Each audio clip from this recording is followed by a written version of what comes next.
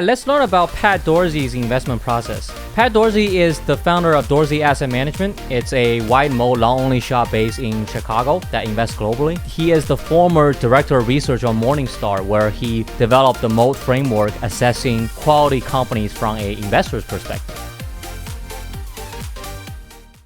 A moat is a structural attribute of a business that allows it to earn above average rate of return on invested capital without facing challenges from the rivals. Looking back in the history of time, really a limited subset of businesses truly possess moat, and they do tend to concentrate on a few industries. Under Dorsey's framework, moat comes in the following forms. There's intangible assets, and that can be off-balance sheet items like expense R&D. They can provide a business with pricing power. The example here include brands, patents, or licenses. You as an investor must ascertain whether they truly result in pricing power as a result of these intangibles. For example, brands can instill trust in consumers, reducing uncertainty by signaling a minimum standard of quality. When you travel internationally, you walk into McDonald's and Starbucks for that exact same reason, even if they don't have the absolute best product in coffee or fast food in that country. But you know what you're getting globally with McDonald's and Starbucks. Other examples include credit rating agencies' bond ratings, or Morningstar's mutual fund ratings, or Gartner IT analysts' opinion on which technology to adopt next for companies. These firms' opinions are respected by a critical mass of people out there still that they can command some pricing power. On the other hand, brands can hold positional value. Think about when you wear a Rolex while sporting an LV bag. Well, that's a weird combination, but whatever. You are perceived by others to be a member of a higher social class, and that makes you feel good, even when some of us, like myself, don't really care. The internet has disrupted the value of traditional companies' brands, which makes them nowadays more vulnerable to disruptions. Think about companies like Procter & Gamble back in the days.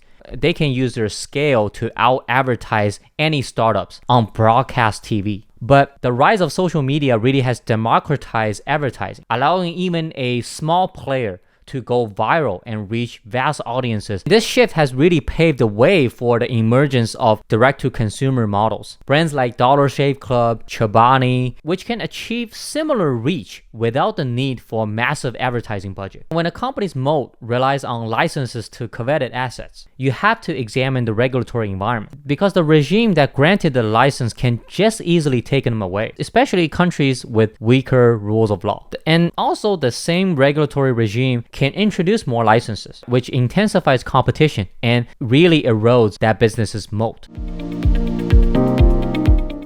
And then there's switch costs. And Dorsey believes it's more important to assess durability of those switch costs rather than just their present, because he has seen too many businesses abuse their customer captivity by focusing on price maximization whenever the hell they want, rather than thinking about how they can address more of the market. No product in the world has infinite price elasticity. So in the long run, if you keep abusing your position, it's not sustainable. Instead, these businesses should focus on adding value to their customers by making better products and delivering increasing value to justify the premium price they can charge.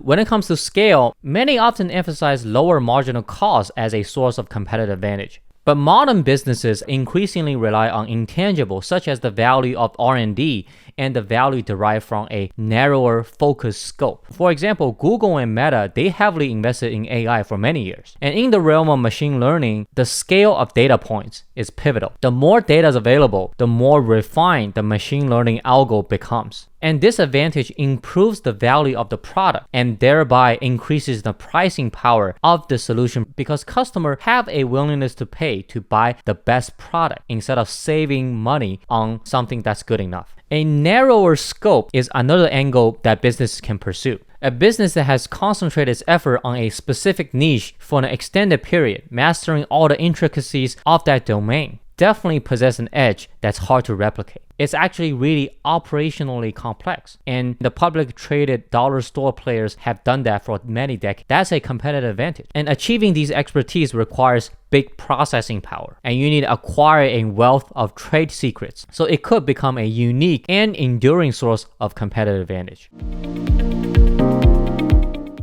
It's not just about the number of moats a business needs to possess. One must think about the reinvestment runway. You want to invest in less mature businesses that are operating in a secularly growing industry with the ability to reinvest capital at a higher than peer rate of return. Some businesses have static moats. That's not a bad thing, but it's backward looking. Think about Coca-Cola. They're a great business. They have the brand. Their product is proven to be desirable, but they don't have much room to grow because it's a mature industry. So in those cases, the companies that are doing the right thing must return capital to shareholders who can then find opportunity elsewhere to deploy their capital effectively. As an investor, it's not productive to work really hard to analyze a static mode business. If you already know, eventually you have to find another avenue to invest the capital returned to you by that business. And ideally, you want to find business with widening moat, with ample reinvestment opportunities. And that means every incremental cash flow can generate increasing return on it. How do you get a sense of whether a business has growth runway? Well, you either want to find a business that's gaining market share in a non-growing market, or you want a business that are maintaining market share in a rapidly growing market. To say it concisely, that business needs to either grow with the market or grow within the market.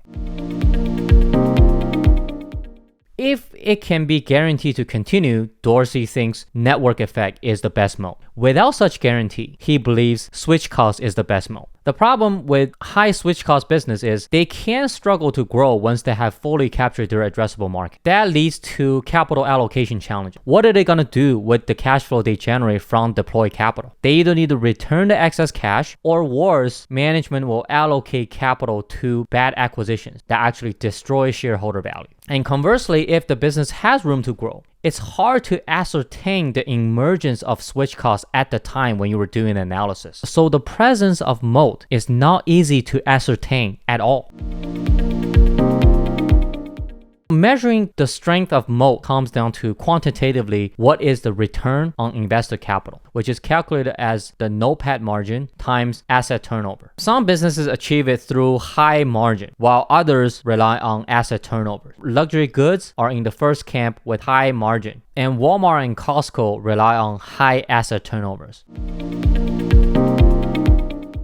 Valuation is not rocket science. The opportunity with wide moat businesses comes from having a future that differs dramatically from the company's past, which a typical valuation metric will fail to capture on a forward basis. For example, MasterCard went public with a 13% operating margin, but since then it has transformed to a business with 60% operating margin. There is no way Wall Street consensus accurately capture the massive incremental margin with that business. Dorsey talks about the importance of understanding normalized trends. He gave an example of in the luxury goods sector that experienced accelerated growth because of China's increasing appetite for them at the time, partially due to the rise of bribery. For luxury goods, Dorsey used a figure of 4 to 6% volume growth annually, which excludes the China factor. By applying a normalized trend, one can avoid making the valuation metric looking too cheap by extrapolating on an abnormal trend that should not be continued indefinitely. And how do you identify actionable stock ideas? When facing a drawdown, you have to ascertain whether the moat is impaired or not. And the stocks of these quality businesses are always worth digging into as potentially actionable. And Dorsey, as a wide moat investor, is definitely not a traditional value investor who is looking to buy that 60-cent dollar. The firm does do 3-statement model, DCF analysis,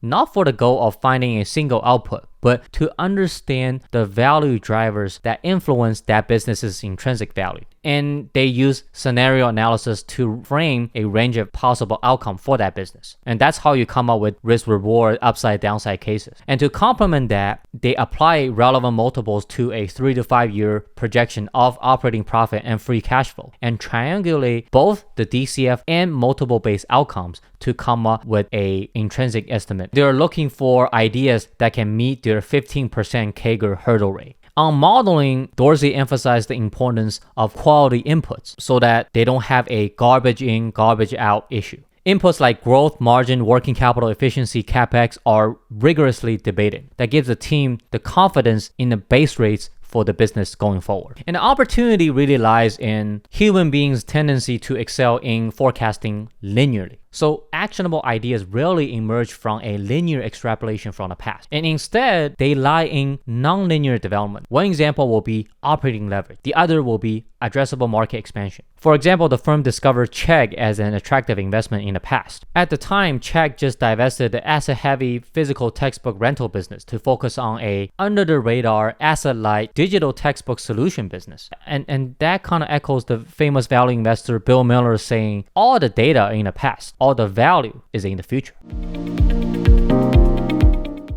Dorsey's not a fan at all of a mechanical approach to capital allocation. He heard a CFO saying the company is going to split the capital allocation into thirds, 1/3 to buyback, 1/3 to dividend, and 1/3 to M&A. That to him sounds like the company didn't have a strategy at all. Instead, the best way is to focusing on the best return on capital opportunity for specific situations. The goal is to maximize the return on the allocated capital, not to do it mechanically by certain formula. To Dorsey, an effective management team should have a high but reasonable hurdle rate for decision making. He gave the story of meeting a management team in London where he heard the company saying, we're just going to target beating the weighted average cost of capital in the third year. But the definition of economic value creation is the difference between cost of capital and return on capital. You're saying you just going to beat your cost of capital. That literally means zero economic value creation. So what's the point of giving you my capital, right? Simplistically, if I give you $100 and you generate $2 by deploying the $100, and nowadays I can earn 5% investing in the US Treasury, why would I entrust you with my money? You're not creating excess value versus the risk-free option. Although the US Treasury going forward doesn't seem to be as risk-free as I claim it to be. The research process at Dorsey Asset Management is as follows. First, they filter out sectors with bad economics, the industries with low ROIC. It's not that high ROIC businesses are automatic win, but it just makes life easier because why swim against the tide? Lee Ainsley of Maverick Capital talk about exact same thing, where investing in companies facing secular tailwinds, good things just tend to happen. And that moves them to phase 2, which is a quick idea, where they condense the investment idea into a brief paragraph detailing the moat and the opportunity. And then for the first pass memo, the analysts take 1 day to assess the reinvestment potential, structural advantages, and the management's capital allocation skills. Dorsey typically does 6 to 7 first pass memos each month, but only 1 or 2 gets approved for further work. They have a pretty diverse research team. Dorsey talk about the challenges of allocating time more wisely. The firm implements explicit deadlines for completing the deep dive. If the analyst comes back because they found something that can kill the idea, they won't waste the next month researching a dead-end stock. If instead the instruction was, okay, go write that memo, the danger is the analyst could go down a rabbit hole and spend months on a dead-end idea. That's very poor return on time because the opportunity cost of allocating that same time on an idea that could be actionable is just too high. Dorsey encourages aspiring analysts to get off their chairs and really go do fieldwork. The best way to gain insight is by engaging with customers directly at industry conferences or other gatherings where they congregate. When evaluating Chegg, Dorsey gave the example of polling 800 students across the country online to gauge the platform's name recognition. And his philosophy is clear. You have to put in the work, sometimes picking up the phone to truly understand the business you're investing in. Dorsey believes the most scarce resource in the future will be human talent rather than financial or physical capital. And the opportunity lies when the human capital is often inadequately reflected in financial statement. And building a moat around a business involves leveraging human capital appropriately, establishing and maintaining a strong brand, fostering increased engagement through network effect, or creating switch costs through product quality. An opportunity often arises when the financial results lag the moat building groundwork. And you obviously want to invest behind tailwinds. Aside from secular trends, Dorsey does pay attention to where in the world the capital is flowing into. He appears to have located India and Japan as two international areas of focus, but he acknowledges the limitation of his circle of competence. He is bullish on India's growing economy and improved corporate governance, but he avoids businesses that require a deep understanding of local taste, because he's not going to go to 30 Indian villages to understand whether a consumer product is really universally acceptable. But he can focus on Indian export businesses with a global reach. Along the line in Japan, where corporate governance is improving as well, in-person visits are often necessary to build relationship and initiate meaningful conversation with Japanese management team. So he has been doing some field work with his team by traveling to Japan here and there. The other risk with international investing is currency risk. Given his client transact in dollars, he does demand a higher hurdle rate in countries such as Brazil and South Africa, where he anticipates the currency depreciation over time.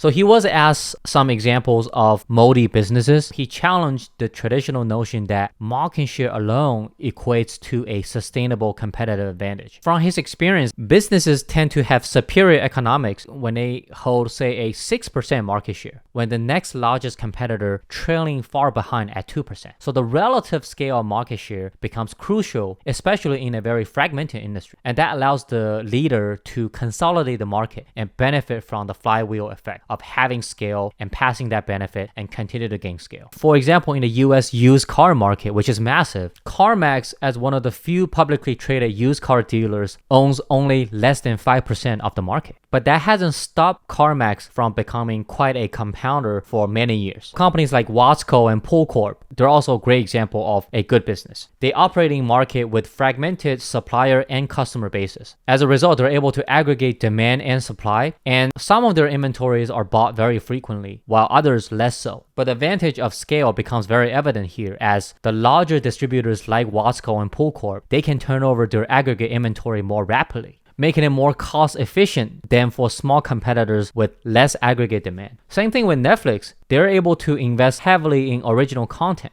because the power of aggregate demand. They have a massive subscriber base, and they can allocate substantial resources to create compelling content that keep their diverse customers engaged and attract new ones. While on a per subscriber basis, the cost is way lower than any new entrants. In the realm of SaaS, Dorsey emphasized the importance of customer lifetime value. Companies that successfully transition to a subscription model often witness a 1.5 to 2 times lift in customer lifetime value. To him, the critical metric is LTV to CAC ratio. If the ratio is too high, the SaaS vendor should invest more aggressively in customer acquisition, because in those cases, generating free cash flow should not be the priority, as long as the market opportunity remains enormous.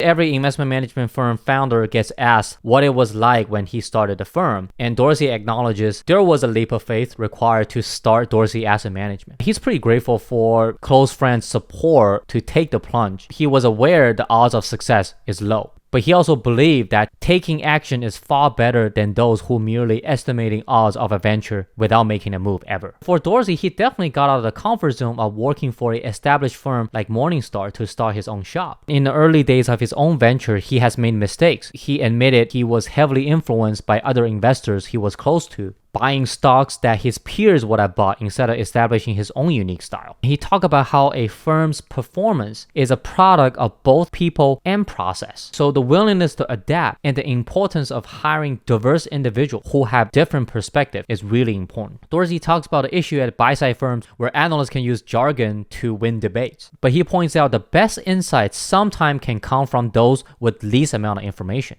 i.e. an outsider to that specific sector. So he urges junior analysts to have humility, and he has seen sector specialists at larger firms try to game the system to get stocks in their cover sector into the portfolio for personal recognition, which ultimately hurts their own career and clients' best interests. And really trivial, the importance of having the right LPs is very crucial to any investment firm's success. Dorsey Asset Management offers only one product. He warns against creating new product to chase trending demand because you could potentially be selling to the wrong audience. You want to ensure alignment with the LPs, especially those with a 5-year plus time horizon. That has been the key to success for a long-term investment firm like Dorsey's. That's all I have on this matter. Please comment in the video description to let me know what you think. Now, if you want to hear more of my take on the investment management industry or other industries, I have 2 great videos for you in the upcoming screen. Make sure you check those out. If you found this helpful, please give it a like and subscribe to my channel for future contents on equity research, business analysis, and career advice. With that, I'll talk to you next time. Peace.